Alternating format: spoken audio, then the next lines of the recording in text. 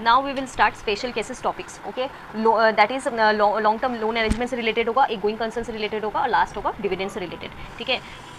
जिसमें से जो है ये लॉन्ग टर्म लोन वाला जो है, लोन से रिलेटेड, ये काफ़ी ज़्यादा ये इंपॉर्टेंट होता है और यही जो है सबसे ज़्यादा ट्रिकी जाता है, ठीक है, स्टूडेंट्स को। आई डोंट नो वाई कि वो शायद मगअप कर लेते हैं कि क्या इससे रिलेटेड जो है, जो आने से स्पेशल केसेस में जो भी अगर इलस्ट्रेशन आते हैं एग्जाम में पूछे आते क्वेश्चन, जो मोस्टली जो है इसी टॉपिक से जो है क्वेश्चन बनते हैं। अब वो भी क्या, जो ये वाला जो है ना, इसमें ये वाला जो ऑलरेडी हम लोग इंडेक्स 1 में जो है डिटेल में कवर कर लेते हैं लोन से रिलेटेड, वहाँ पे और भी जो है बहुत सारा केस स्टडी होता है, ठीक है। तो उसको इंडेक्स 1 से जो है कनेक्ट करके मैं आपको ये अच्छे से जो है कवर करवा दूंगी, ठीक है। आई कैन एश्योर कि आप जो ये अगर मेरा पूरा ये वीडियो सुन लो तो आपको जो इससे रिलेटेड जो कोई भी कंफ्यूजन डाउट नहीं होने वाला है, ठीक है। सबसे पहले जो मैं आपको अपने हिसाब से समरी बताऊंगी, उसके बाद फिर रीड करेंगे, जो कि अपना पढ़ने का स्ट्रक्चर होता है। So in case long term loan है, राइट, ठीक है। अब लॉन्ग टर्म लोन से रिलेटेड अगर जो प्रोविजन है, ठीक है, जो कि कोवेनेंट है, वो अगर उसको ब्रीच करता है, अगर एंटिटी उसको ब्रीच करता है, ठीक है, लॉन्ग टर्म लोन से रिलेटेड, कंडीशन से related, obviously long term loan को क्या करते हैं हम लोग, करंट लायबिलिटी शो करते हैं, लेकिन उससे रिलेटेड जो है कंडीशन को ब्रीच करता है, प्रोविजन ब्रीच करता है, जिसके कारण वो लोन जो है वो इमीडिएटली रिपेबल ऑन डिमांड हो जाता है, ठीक है।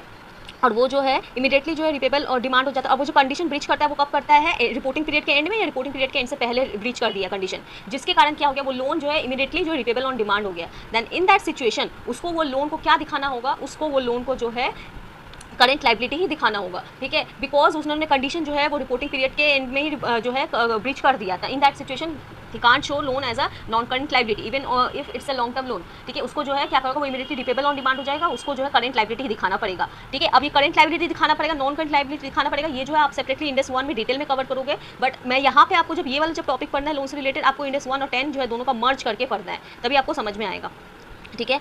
हो गया ये वाला एक केस। लेकिन इन केस, ठीक है, अब क्या होता है, इफ़ इन दैट सिचुएशन, ठीक है, अब अगर इससे रिलेटेड लेंडर, ठीक है, लेंडर अगर आफ्टर रिपोर्टिंग पीरियड ही सही, ठीक है, लेकिन before approval of financial statement, ठीक है, after reporting period but before approval of financial statement, ठीक है, अगर लेंडर एग्री हो जाता है, एग्रीमेंट हो जाता है उसका एंटिटी के साथ कि वो जो है he will not demand immediate repayment as a consequence of breach, ठीक है, ब्रीच हो गया बट वो क्या करेगा, इमीडिएट उसको रिपेमेंट वो नहीं मांगेगा, ऐसा एग्रीमेंट बन गया है लेंडर का एंटिटी के साथ। कब बन गया है, बिफोर अप्रूवल बनना चाहिए, ठीक है, बिफोर अप्रूवल बनना चाहिए। अगर बन गया है तो उस केस में जो होगा वो ये एडजस्टिंग इवेंट माना जाएगा। इट मीन्स व्हाट, वो जो है फिर वो नॉन करंट लायबिलिटी दिखा सकता है, तब उस केस में उसको नॉन करंट लायबिलिटी दिखाने का जरूरत नहीं है। Then it will be treated as adjusting event. It means what, it can show as a non current liability, okay.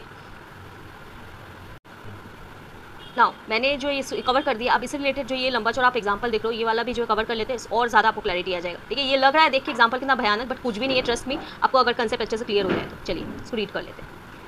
ABC Limited, in order to raise fund, has privately placed debenture of 1 crore on 1st January 2001, ठीक है, issued to PQR Limited, ठीक है। Now, as per the original terms of agreement, the debentures are to be redeemed on 31st March 2009, ठीक है। तो it means जो है यहाँ पे कब इशू किया था, वहाँ पे 1 जनवरी को, और जो कि रीडिंग कब होगा 2009। इट मीन्स क्या है, ये लॉन्ग टर्म नेचर का है, ठीक है, लॉन्ग टर्म नेचर का लायबिलिटी है। ना one of the condition of the private placement of debenture, क्या कंडीशन है, इससे रिलेटेड कंडीशन है क्या, was that debt equity ratio जो है at the end of the reporting period should not exceed 2:1, debt equity ratio should be up to 2:1, ठीक है, should not exist. ये कंडीशन मतलब चलना है, ठीक है, इस कंडीशन को मान तक के चलना है। Now if the condition is not fulfilled, अगर कंडीशन फुलफिल नहीं होता है तो उस केस में जो है PQR लिमिटेड के पास जो है राइट है, क्या राइट है, to demand immediate redemption of the debenture, ठीक है, उसके पास जो है इमीडिएट रिडम्पशन वो करवा सकता है। इसके पास अगर वो कंडीशन ब्रीच हो जाती है तो इसका मतलब क्या है, कंडीशन ब्रीच होने से इमीडिएट रिडम्पशन हो जाएगा, तो इसका मतलब सिंपली वो नॉन करंट जो है, जो कि बता रहा है नेचर नॉन करंट का, वो सिंपली करंट में क्लासीफाई हो सकता है, ओके। नाउ ऑन 31st मार्च 2006 को जाके, ठीक है, क्या हो गया, डेट इक्विटी रेशियो जो ABC लिमिटेड का एंटिटी का एक्सीड हो गया 2:1। It means what, condition breach हो गई। Now therefore PQR limited decide, PQR limited ने डिसाइड कर लिया कि वो रिटर्न कर लेगा, ठीक है, इमीडिएट रिडम्पशन कर लेगा। Now thus on 31st March 2006 the liability of ABC Limited towards PQR Limited, ठीक है, which was originally a long term liability, ठीक है, जो कि पहले originally long term liability थी, now becomes a current liability, becomes current liability because condition breach हो गई इस रिपोर्टिंग पीरियड में, डेट में। तो now since it is now liability on demand. However ABC limited, अब ABC लिमिटेड क्या किया, एग्रीमेंट में एंटर हो गया विद PQR लिमिटेड। मैं क्या बोला, लेंडर के साथ वो एग्री कर लेता है, ठीक है। अब एग्रीमेंट में एंटर कब हो गया, वो 15 अप्रैल को हुआ है, ठीक है, since C after reporting period हुआ है, बट अब ये चेक करना है आपको, ठीक है, कि क्या बिफोर अप्रूवल हुआ है क्या एग्रीमेंट। अगर आफ्टर अप्रूवल होता है ना तो फिर कोई मतलब नहीं, वो करंट ही रहेगा, बिफोर अप्रूवल होना पड़ेगा। Now that PQR limited will not demand the payment immediately, क्या एग्रीमेंट हुआ कि will not demand the payment immediately. Now यहाँ पे फाइनेंशियल स्टेटमेंट का अप्रूवल डेट दिया हुआ है बाय बीओडी इस 30 अप्रैल। इट मीन्स व्हाट कि वो एग्रीमेंट जो है 15 अप्रैल हुआ है, यानी कि which is correct, okay, as per provision, because before approval ही हुआ है, तो चलो ठीक है, और यहाँ पे एग्रीमेंट हो गया है बराबर से। तो आप बताओ, आपको नीचे वाला करने का जरूरत ही नहीं है, सिंस यहाँ पे एग्रीमेंट हो गया है after reporting but before approval that he will lender will not demand immediate repayment as a result of consequence of breach, then in that case it will be treated as adjusting event, accordingly it will be classified as non current liability, जो था वही रहेगा as per Ind AS 1। ठीक है, अब इसको जो है कवर कर लेते हैं। Now in this case, agreement that PQR that limited will not demand the money immediately is a subsequent event, even though it's a subsequent event not affecting the condition existing at the balance sheet date yet, because ये आपको जो ऊपर वाला जो है इतना ज़्यादा जो है कचरा रीड करने का जरूरत नहीं, जो मैं मेन लाइन है ना वो आपको बता देती हूँ।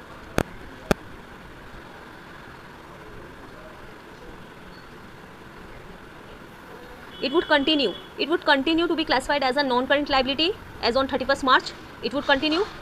In other words, the reclassification of debenture as current liability as on 31st March will be adjusted. Adjust हो जाएगा, क्योंकि वो डिवेंचर जो है यहाँ पे एडजस्टिंग इवेंट क्यों बोला गया है, क्योंकि वो जब कंडीशन ब्रीच हो गई तो वो रिपेबल ऑन डिमांड हो गया ना, ऑन डिमांड हो गया लाइबिलिटी, तो उस केस में जो 31st मार्च को वो करंट क्लासीफाई हो गई। अब उसको एडजस्ट करना पड़ेगा ना, उसी रिपोर्टिंग डेट में करना पड़ेगा 31st मार्च में। अब उसको जो है करंट से हम लोग एडजस्ट कैसे करेंगे, करंट से we will classify to non current head में हमको क्लासीफाई करना है। Why we will classify to non current head, because it's agreement, there is an agreement between the lender and the entity कि that the lender will not demand immediate repayment before approval, ये agreement हो चुका है, तो ये simply adjust हो जाएगा, it will be classified as a non current, simple. Now we will cover the second important special case which is in respect of going concern, okay, as we know हम लोग ऐसे 570 में भी जो है इसके रेस्पेक्ट में जो काफ़ी डिटेल में जो कवर किया था, ठीक है, कि गोइंग कंसर्न क्या होता है, नहीं होता है, उसकी कैसे काउंटिंग होती है, जब गोइंग कंसर्न जो है नहीं है तो उस केस में जो है क्या करना पड़ता है, उस केस में वो किस तरह से काउंटिंग करते हैं। ठीक है, तो as we know this is one of the fundamental accounting assumption apart from the consistency and accrual basis, so going concern basis as per which if जो है एंटिटी जो है कंटिन्यू रखता है in its operation in a foreseeable future, then in that it is assumed that the entity will continue its operation in a foreseeable future, then in that case management जो है going concern basis पर counting करता है। लेकिन ये conversely if management determines that entity will intends to its liquidate in okay, or it will cease its operation, then in that case or it has no realistic alternative to do so but it to do so, it means what कि उसके अलावा उसके पास और कोई चारा ही नहीं है कि उसको जो है अपना ऑपरेशन जो बंद करना पड़ेगा, उसको जो है ट्रेडिंग वगैरह जो खत्म करना सीज करना पड़ेगा, देन इन दैट केस वो गोइंग कंसर्न में जो है वो काउंटिंग नहीं कर सकता, गोइंग कंसर्न बेसिस पे फाइनेंशियल स्टेटमेंट नहीं प्रिपेयर कर सकता, then in that case he will simply क्या करेगा, उसको वो रियलाइजेबल वैल्यू पे जो है सारा जो फाइनेंशियल स्टेटमेंट का जो आइटम्स है वो दिखाना पड़ेगा। ठीक है, ये है गोइंग कंसर्न का कंसेप्ट। ठीक है, तो ये मैं आपको जो समरी बता रही हूँ, आफ्टर दैट हम लोग जो है इसको कंटेंट भी रीड कर लेंगे, तो इससे जो मैं समरी बताऊंगी तो आपको और भी ईजी लगेगा। ठीक है, नाउ ये तो था जो Ind AS 1 का बात जो कि गोइंग कंसर्न की बेसिस में बताता है कि कैसे क्या होगा। नाउ अब Ind AS 10 का क्या रोल है, which is events after the reporting period, इसका गोइंग कंसर्न बेसिस में क्या रोल है, what is covered here, because कि इफ ठीक है देर आर साइंस, ठीक है there are some events happened after the reporting period but before approval of financial statement, right, कि that entity will not continue can't continue its operation, okay, and it intends to liquidate. ठीक है, then in that situation क्या हो जाएगा, उसको वो जो उस reporting period and of reporting period में जो है वो अपना गोइंग कंसर्न बेसिस में जो है अकाउंटिंग नहीं कर सकता, देन इन दैट केस क्या करना पड़ेगा, उसको जो है अलग तरीके से जो है रियलाइजेबल वैल्यू पे ही जो है दिखाना पड़ेगा। ठीक है, ये जो है Ind AS 10 में जो है कवर्ड है। तो यही वाला जो चीज़ है हम लोग इसको एक बार अच्छे से रीड कर लेते हैं, जो मैंने बोला वही वाला चीज़ है। अब इसके इस रिस्पेक्ट में जो है इलस्ट्रेशन भी जो है इसके बहुत अच्छा एक इलस्ट्रेशन है, ठीक है, वो भी मैं आपको कवर करवा दूंगी। See an entity shall not prepare its financial statement on a going concern basis if management determines after the reporting period either that it intends to liquidate the entity or to cease trading or that it has no realistic alternative but to do so, then in that situation entity shall not prepare its financial statement on a going concern basis. Okay, simple.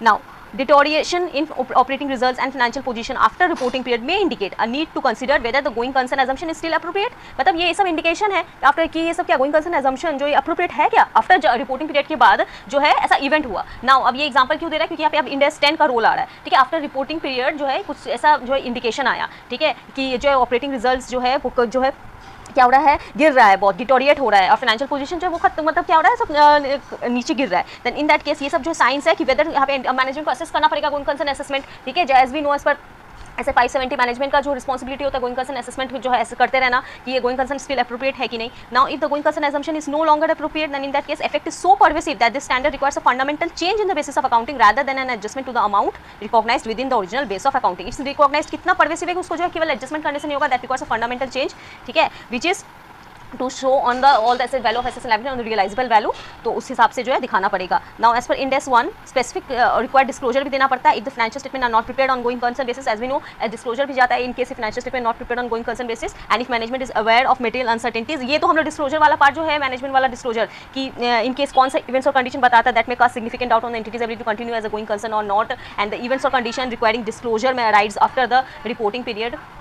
ठीक है, ये सब जो इसके बारे में हम लोग एसएस 570 में भी कवर करते हैं कि जो मैनेजमेंट को डिस्क्लोजर जो है कवर करना पड़ता है, और ये जो है इंडेस वाला जो है यहाँ पे कवर है, इंडेस 1 वाला डिस्क्लोजर और ये एसएस 570 के हिसाब से जो डिस्क्लोजर वाला बात। उसके बाद फिर जो है और जो कंडीशंस के बारे में वो नीचे हम लोग जो है देखेंगे कि इस इंडेस 10 के हिसाब से भी जो डिस्क्लोजर करना पड़ता है कि वन ऑफ द डिस्क्लोजर है कि क्या क्या कंडीशन ऐसा था जिसके कारण जो इस तरह से हम लोग उसको शो किए। Now, if entity no longer continue its operation, going concern नहीं है, तो उस केसेस में क्या होगा, वो he will show all is accounting on liquidation basis. तो इन दैट सिचुएशन, ठीक है, इसके रेस्पेक्ट में क्या दिया हुआ है, ठीक है, लास्ट 2 पैरा है, इसको भी कवर कर लेते हैं। If the company decides to go into liquidation, then the long-term liability of the company will turn into short-term liability, as the company will have to pay all its debts before it closes down its operation. It's simple. सारा long-term liability वो जो short-term liability पे cover वो हो जाएगा, ठीक है, turn हो जाएगा। Then in that case ये क्या हो जाएगा, overall approach जो है accounting का change हो जाएगा if there is no going concern approach. If there is no going concern approach. Now अब इंडेस 10 वाला जो मैंने बताया इसका क्या रोल है, वो यहीं पे वो चीज़ लिखा है। Therefore Ind AS 10 specifically requires that it after if after the reporting period but before approval of financial statement there are any signs of not continuing the operation, ठीक है, there are any signs of that of not continuing the operation, जो हम लोग ऊपर वाले में देखें कि डिटोरिएशन हो रहा है उसका ऑपरेटिंग रिजल्ट्स में, ठीक है, after reporting period but before approval, और the decision is taken during that period not to continue with the operation, और decision taken by the management that he will not no longer continue its operation, then in spite of the fact that the decision was taken after the reporting period, doesn't matter कि whether the decision is taken after the reporting period or not, still the entity should prepare the financial statement with a different approach and accordingly inform the stakeholders clearly that it is planning to cease its operation. Okay, I hope ये आपको जो है clear हो गया है। अब जो मैं स्टिल ये वाला एग्जांपल जो है आप सिंपली रीड कर सकते हो, ये वाला इलस्ट्रेशन उसी पे बेस्ड है, इजी है। ये जो इलस्ट्रेशन ये मैं आपको डिस्कस कर दे रही हूँ क्योंकि यहाँ पे जो है 2 चीज़ आपको समझेंगे कि ये नॉन एडजस्टिंग इवेंट है और ऊपर से ये गोइंग कंसर्न वाला चीज़, यहाँ पे 2 चीज़ कवर है। ये इलस्ट्रेशन जो है काफ़ी इंपॉर्टेंट है, तो ये वाला इलस्ट्रेशन को जो है ध्यान से सुनिएगा। Now in the plant of PQR limited, okay, there was a fire on 10th May 2001 in which the entire plant was damaged and the loss of 40 lakh is estimated. Okay, now the claim with the insurance company has been filed and a recovery of 27 lakh is expected. Now the financial statement for the year ending reporting जो date वो कौन सा ending है, 31 मार्च है, और उसको आग कब लगा, after reporting period which is 10th May, and approval date क्या है, 12 जून है। Should show how should it be disclosed. Now आपको सबसे पहले ये समझ में आया कि एडजस्टिंग इवेंट है कि नॉन एडजस्टिंग इवेंट है। It's a non adjusting event. Why it's a non adjusting event? Because इसका जो है ये जो है इवेंट हुआ है, ये इवेंट आफ्टर रिपोर्टिंग पीरियड है, ठीक है, और इसका जो है कोई भी इंडिकेशन था, इंडिकेशन ऑफ कंडीशन एग्जिस्ट करता था रिपोर्टिंग पीरियड में, no, at the end of reporting period कोई भी इंडिकेशन ऑफ कंडीशन नहीं था रिपोर्टिंग पीरियड में। ये जो हुआ है आफ्टर रिपोर्टिंग पीरियड हुआ जो भी घटना हुई है, तो इन that case it's a non adjusting event. Now अब नॉन एडजस्टिंग इवेंट जो है ये पूछा शुड हाउ, ये कैसे डिस्क्लोजर होगा, ठीक है। नाउ इट्स अ सिंस जो है अगर ये जो है क्या है काफ़ी मटेरियल है, तो इसके रिस्पेक्ट में जो है क्या होगा, फायर लगाए, ठीक है, तो इस मटेरियल तो इसमें रिस्पेक्ट में फाइनेंशियल इफेक्ट वाला और नीचे वाला जो डिस्क्लोजर जाएगा वो तो जाएगा, ठीक है।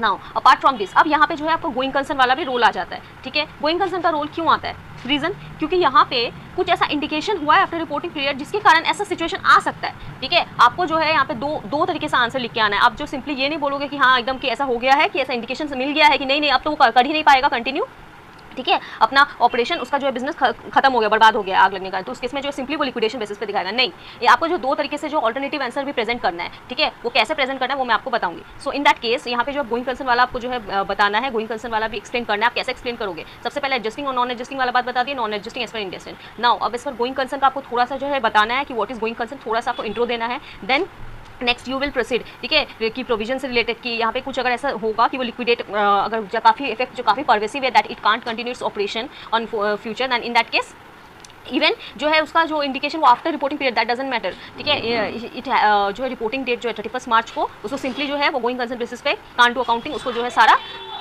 लिक्विडेशन बेसिस पे दिखाना पड़ेगा। नाउ अब जो है यहाँ पे ऑल्टरनेटिव वाला आंसर जो है देखिए किस तरीके से दिया हुआ है। However if going concern assumption is consider to be appropriate, still अगर इसके बाद भी अगर माना जाता है इवन आफ्टर फायर भी ये माना जाता है कि गोइंग कंसर्न नहीं अप्रोप्रिएट है, मैनेजमेंट इस असेसमेंट कर रहा है कि going concern is appropriate, you can continue, no need to cease this operation, and in that case no adjustment is required in the financial statement for the year ending 31 March 2001। Okay, it's simple. अब जो है ये वाला जो para है ये हो गया इन केस अगर गोइंग कंसर्न अप्रोप्रिएट नहीं है, और ये दूसरा पैरा है अगर गोइंग कंसर्न अप्रोप्रिएट है उससे रिलेटेड, और ये वाला जो पैरा है ये जो मैंने बताया नॉन एडजस्टिंग वाला बात, ठीक है।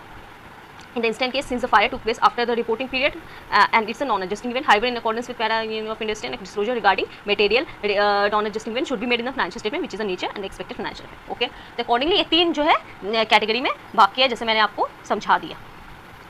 Now let's have a look on last special case which is in respect of dividend. Okay, distribution of non-cash asset वाला.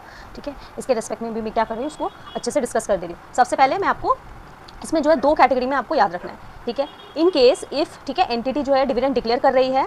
ठीक है, डिविडेंड डिक्लेयर कर रही है किसको? To the holder of equity instrument. Okay, if the entity is declaring dividend to the holder of equity instrument and when the entity is declaring, it is declaring after the reporting period. Okay, after the reporting period it is declaring, then in that case entity will not recognize that dividend as a liability. At the end of the reporting period, at reporting period end, entity will not recognize that dividend as liability.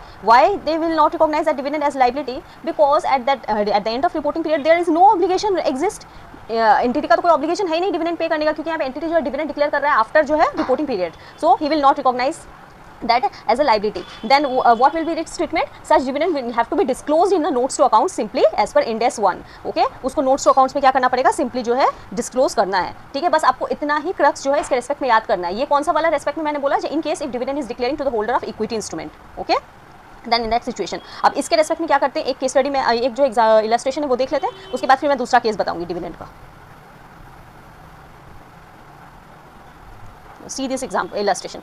ABC Limited declares the dividend on 15 July. Okay, as a result of the year 2001-2 as well as quarter 1 ending 30 June 2002 are better than expected. Okay, now the financial statement of the company are approved on 20 July. Okay, तो इसमें इसका मतलब क्या हुआ? Dividend जो declare कर रहा है वो आफ्टर रिपोर्टिंग पीरियड कर रहा है बट बिफोर अप्रूवल कर रहा है. ठीक है, now for the financial year ending 31/3/2002 obviously which is the reporting date.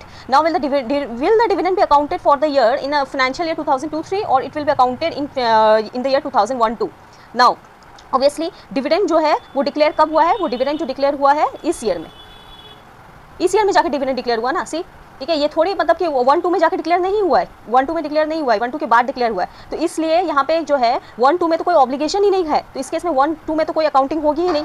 1-2 में क्या जाएगा? सिंपली इसमें नोट्स में जो है क्या करेंगे, इस चीज़ के बारे में बता देंगे एज पर इंड AS 1. अब यही वाला जो है इसको जो है रीड कर लेते हैं. Dividend was declared in the year 2002-3. There were no obligation, therefore the obligation towards dividend did not exist at the end of the reporting period which is on 31st March. Therefore it will be accounted for the year in 2002-3 and not in 2001-2 even if financial statement for 1-2 were approved after the declaration of dividend. That does not matter. It will however be disclosed in the notes in the financial statement for the year 1-2 in accordance with Ind AS 1.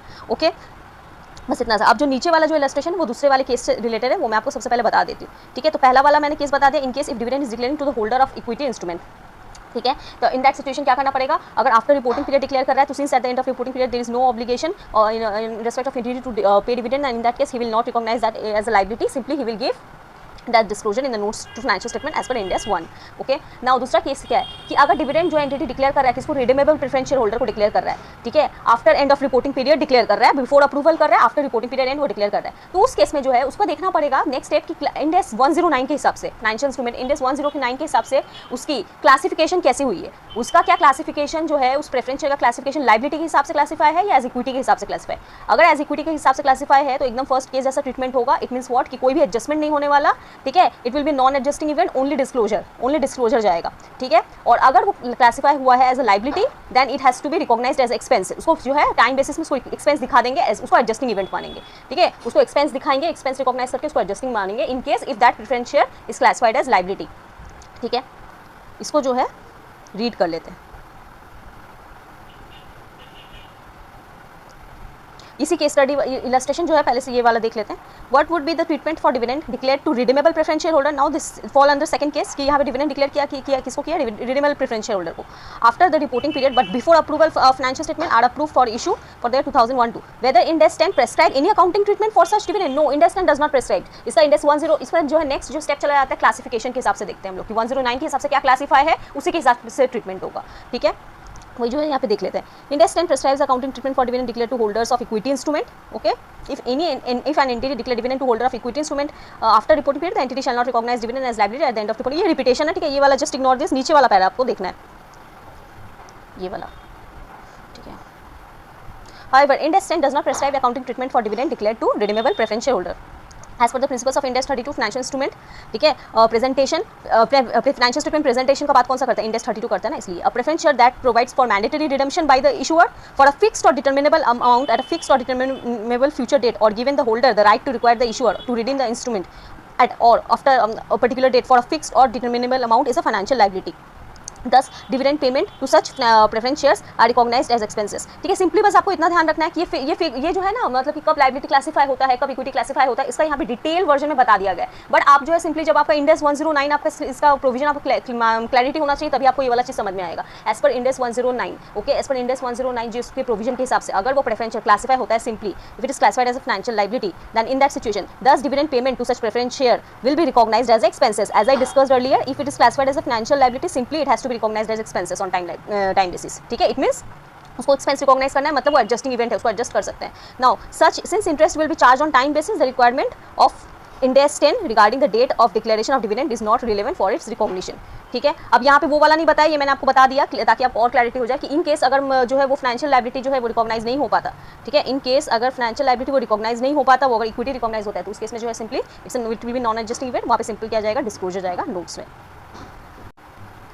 Now that was all about dividend, ठीक है, जिसको मैंने दो part में बता दिया आपको, in case of holder of equity instrument और इन केस ऑफ अगर रिडीमेबल प्रेफरेंशियल होल्डर को दे रहे हैं तब क्या करना है, वो दो पार्ट में बता दिया और मैंने संग की संग इलस्ट्रेशन भी डिस्कस कर दिया, ठीक है। अब जो लास्ट जो टॉपिक बचा है वो है रिगार्डिंग डिस्क्लोजर की। डिस्क्लोजर एज पर इंडेक्स 10 क्या क्या चीज़ का डिस्क्लोजर जाता है। सबसे पहला 3 चीज़ का डिस्क्लोजर जाएगा, सबसे जिसमें से पहला है date of approval of for issue, ठीक है, जब फाइनेंशियल स्टेटमेंट जो है कब जो अप्रूवल हुआ, ठीक है, और वो कौन अप्रूवल कर रहा है उस चीज़ का जो है डिस्क्लोजर देना होगा, ठीक है, ताकि यूजर्स को पता चले। तो ये जो आप सिंपली अंदर का कंटेंट जो है एक बार बस रीड करके जो है छोड़ सकते हो, क्योंकि ये जो एग्जाम पर्पस के लिए डिस्क्लोजर क्या जाता है ये इतना इंपॉर्टेंट नहीं होता है, ये जस्ट फॉर नॉलेज पर्पस आपको पता हो जस्ट। और updating disclosure about conditions at the end of the reporting period. Now as we know as per adjusting or in non adjusting का डेफिनेशन इस पे बेस्ड है कि अगर condition exist or not at the end of the reporting period, तो उसके बारे में भी डिस्क्लोजर देना कि क्या कंडीशन एग्जिस्ट करता था एंड ऑल, उसके रिस्पेक्ट में डिस्क्लोजर, ठीक है। इसका भी अंदर का कंटेंट आप जो सिंपली रीड करके one time you can read, ठीक है।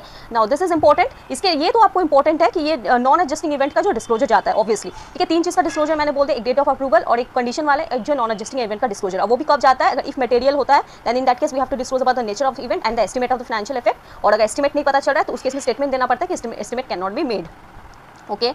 तो ये जो है इसको जो अच्छे से आपको देख लेना है कि डिस्क्लोजर है नॉन एडजस्टिंग इवेंट का कब देना होता है। बाकी जो ऊपर वाला जस्ट सिंपली आप रीड कर लीजिएगा, और यहाँ से कुछ एग्जाम्पल्स दिए हैं regarding non adjusting events, you can simply read this. So that's all in this whole Ind AS, ठीक है। मैंने आई ट्राइड कि मैंने इसमें जो है सारा कंसेप्ट को मैंने 1 by 1 जो है डिस्कस किया है, वो भी एग्जांपल्स और इलस्ट्रेशंस के साथ। So if you like my way of explanation, if you like my content, then please subscribe. Thank you.